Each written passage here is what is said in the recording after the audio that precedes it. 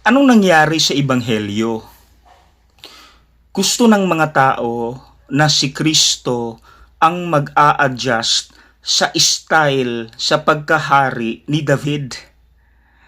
Alam naman natin na mas higit pa si Kristo kaysa kay David, di ba? Kasi si Kristo ay Diyos.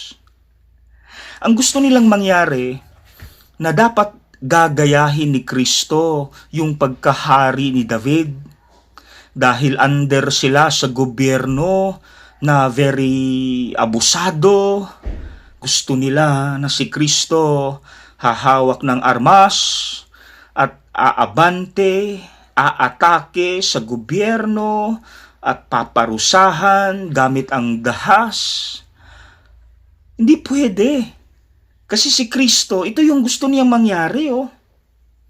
Humility, pagpapatawad, hindi violence, hindi dahas. Kaya ang nangyari, yung mga sumigaw sa pagpasok ni Jesus sa Jerusalem, "Welcome Lord, Hosanna," ay siya ring sumigaw, ipako siya sa krus. Dismayado sila. Galit sila kay Jesus. Di ba ganun din tayo? Di ba? Gusto natin si Kristo ang mag-a-adjust sa atin. Lord, dapat ibigay mo ngayon na. Lord, ito yung gusto ko. Ito yung ibigay mo. Lord, ganitong blessing ang kailangan ko. At pag hindi nabigay ng Diyos yung mga gusto natin, nagagalit tayo, nagtatampo. May narinig akong kwento galing sa isang kaibigan na may kaibigan daw siya na gustong maging abogado noong 2013 pa ito. Dasal siya ng dasal. Gusto niya makapasa.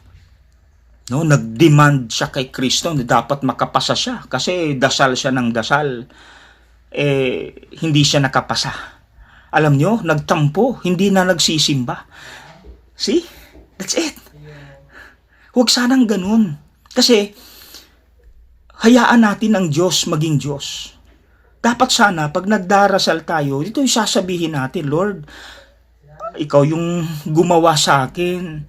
Kaya ikaw yung mas nakakaalam kung ano yung nararapat mong ibigay sa akin. Yung the best na nakikita mong kailangan ko.